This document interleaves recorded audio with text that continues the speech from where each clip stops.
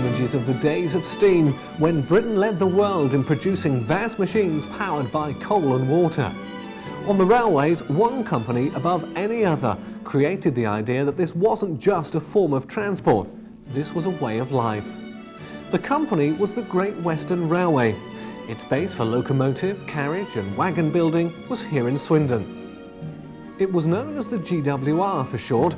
To the men and women who worked for one of the world's largest companies, it was also known as God's wonderful railway. Today, the history of yesterday has become a fashion, as people strive to recreate their golden memories. The historic Great Western Railway locomotive is back in town as part of the opening celebrations for the new designer factory village. The engine will be on display in what will be the food court area of the complex and will be there for all to see when the doors open on March the 13th. The Great Western Designer Outlet Village is the largest retail regeneration project in the country. The site occupies over 200,000 square feet and has parking for over 2,000 cars. It's hoped the £30 million refurbishment of the former railway works will create between 800 and 1,000 new jobs. City of Truro is over 100 tonnes of Swindon history and is believed to be the first steam engine ever to beat the magical 100 mph speed barrier. That happened not long after it was built, hauling prestigious mail trains from Plymouth to London back in 1904. The engine is certainly no stranger to the town. Although built in Swindon, the engine also spent over 20 years housed inside the Great Western Railway Museum in Faringdon Road, before being moved and restored to working order.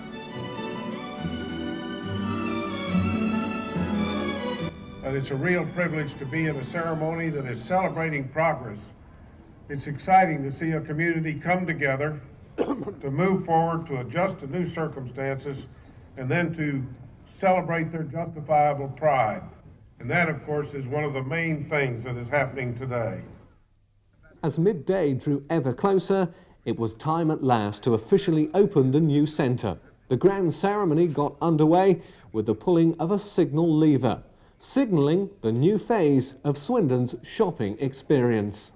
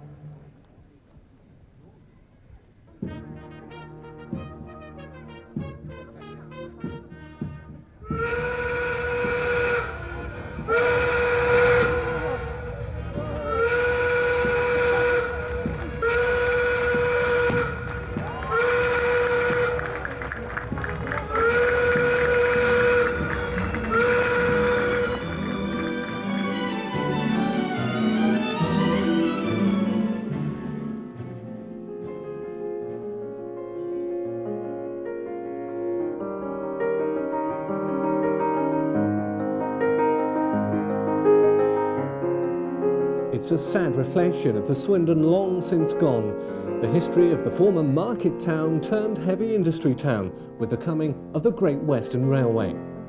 For almost 150 years, Swindon built and maintained some of the finest railway locomotives in the world. The town's rich history has often been remembered with sadness. Changing times have brought about a shift in the emphasis of the town's economic foundation. But for the thousands of workers who toiled on behalf of the Great Western Railway, there's comfort in the knowledge that their efforts are to be remembered in a brand new railway heritage centre to be built in the town. A recent ceremony marked the groundbreaking event, the official start of work to convert part of the former workshops. Invited guests, many of them former rail workers, joined civic dignitaries for the event inside 20 Shop, the building that will be used as the basis for the project. £8 million of funding has come from the National Lottery Heritage Fund. Swindon Borough Council have donated a further £1 million, and the rest has been made up from BAA, MacArthur Glen and Tarmac. There's still around £250,000 to be raised by the Centre's Trust. But behind the scenes, there's enormous activity and excitement to ensure this project reaches its full potential.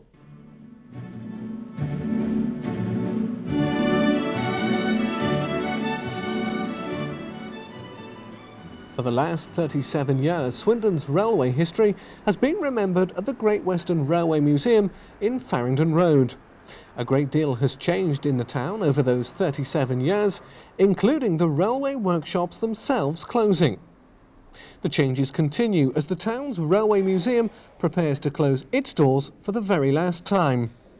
Through the years, thousands of visitors from around the world have called in to view the locomotives and artefacts of arguably the most famous railway company ever, the Great Western Railway, known locally as God's Wonderful Railway.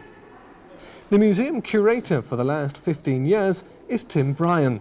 Tim is himself a keen rail enthusiast and agrees it's the end of an era in the town's history. Certainly is. I think it's quite a sad time for everybody here. I mean, I've been here at the museum well over 15 years, and most of the staff have been here the same number of years, and so it's quite sad. It's sad for the town. It's sad for individuals as well, because we've got used to this place. It's like a second home to most of us, and so yeah, we're all feeling a bit strange at the moment. 37 years ago, when the museum was created, the visitors' expectations were very different from today, and the changes have affected the design of Swindon's new railway museum, which is due to open in the spring.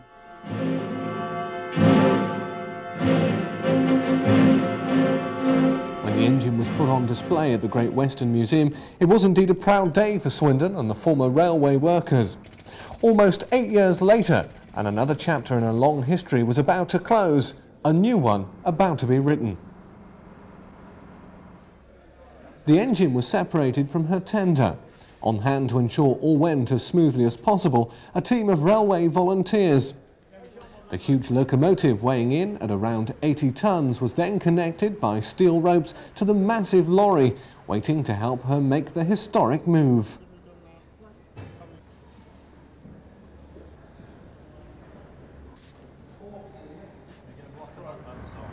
Well, this is the moment that the crowds have been waiting all morning for, as the mighty engine number 6000 King George V is dragged from its resting place here at the Railway Museum in Faringdon Road.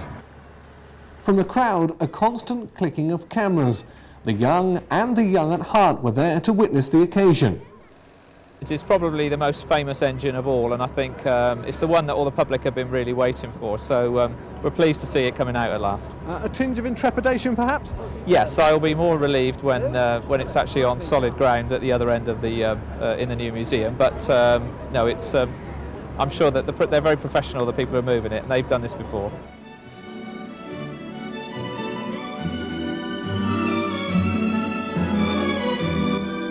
Steam celebrates the remarkable story of the people who built, operated and travelled on the Great Western Railway. Swindon's mayor is himself a former railway worker and was unable to contain his enthusiasm. The prospect of climbing up onto the footplate of one of the mighty locomotives proved no challenge. Excitement, enthusiasm and emotion from the mayor of Swindon. One of the more unusual attractions is the massive wall of names. Local people have been invited to help remember their friends and family by buying a plaque displaying their name. It's helped raise funds for the museum and instantly proved to be a focus for those remembering the former railway workers.